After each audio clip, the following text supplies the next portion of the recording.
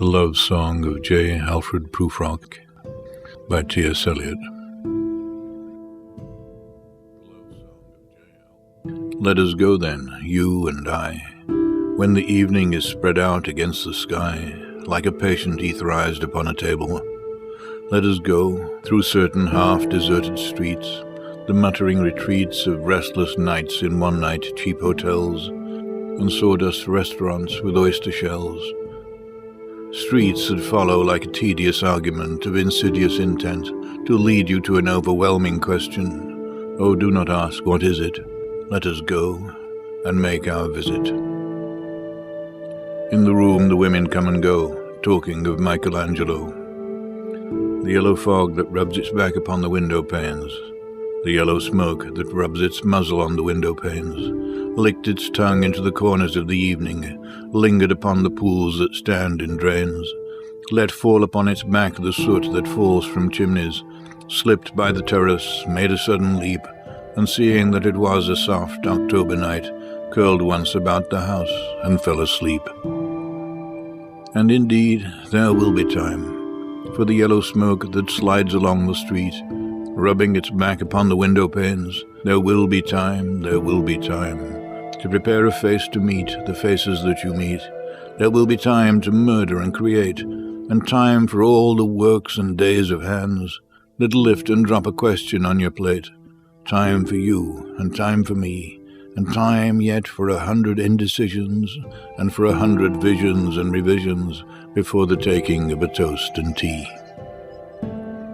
In the room the women come and go, talking of Michelangelo.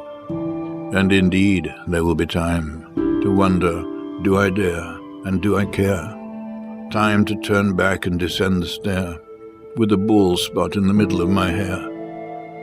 They will say, how his hair is growing thin, my morning coat, my collar mounting firmly to the chin, my necktie rich and modest, but asserted by a simple pin. They will say, but how his arms and legs are thin. Do I dare disturb the universe? In a minute there is time for decisions and revisions which a minute will reverse. For I have known them all already, known them all, have known the evenings, mornings, afternoons, have measured out my life with coffee spoons. I know the voices dying with a dying fall, beneath the music from a farther room. So how should I presume? And I have known the eyes already, known them all, the eyes that fix you in a formulated phrase. And when I am formulated, sprawling on a pin, when I am pinned and wriggling on the wall, then how should I begin to spit out all the butt ends of my days and ways? And how should I presume? And I have known the arms already, known them all, arms that are braceleted and white and bare, but in the lamplight, downed with light brown hair. Is it perfume from a dress that makes me so digress? Arms that lie along a table or wrap about a shore, and should I then presume, and how should I begin? Shall I say, I have gone at dusk through narrow streets, and watched the smoke that rises from the pipes of lonely men in shirt sleeves leaning out of windows? I should have been a pair of ragged claws, scuttling across the floors of silent seas.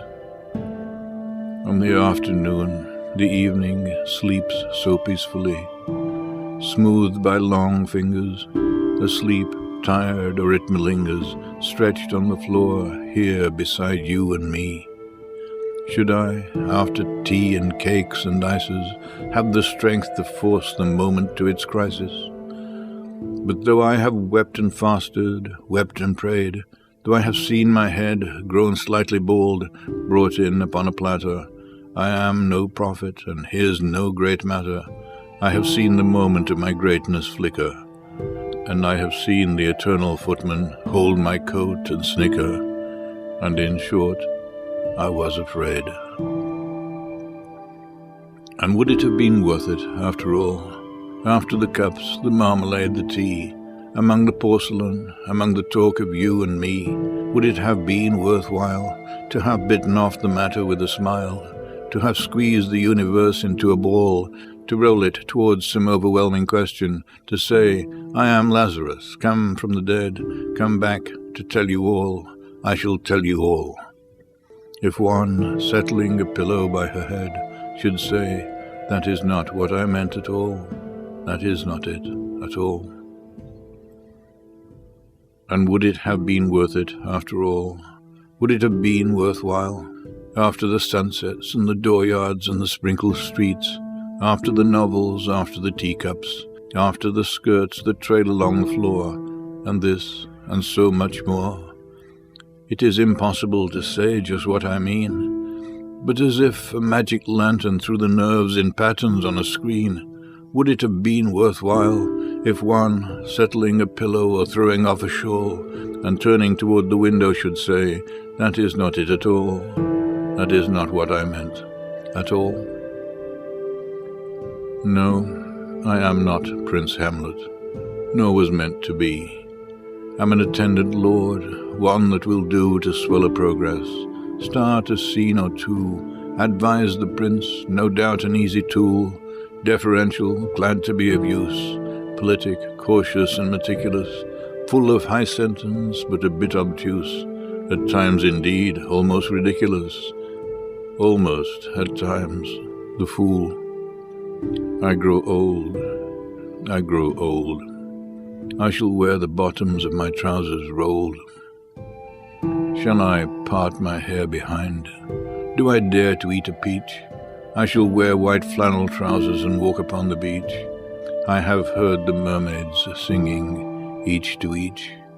I do not think that they will sing to me. I have seen them riding seaward on the waves, combing the white hair of the waves blown back, when the wind blows the water white and black. We have lingered in the chambers of the sea, by seagulls wreathed with seaweed red and brown, till human voices wake us, and we drown.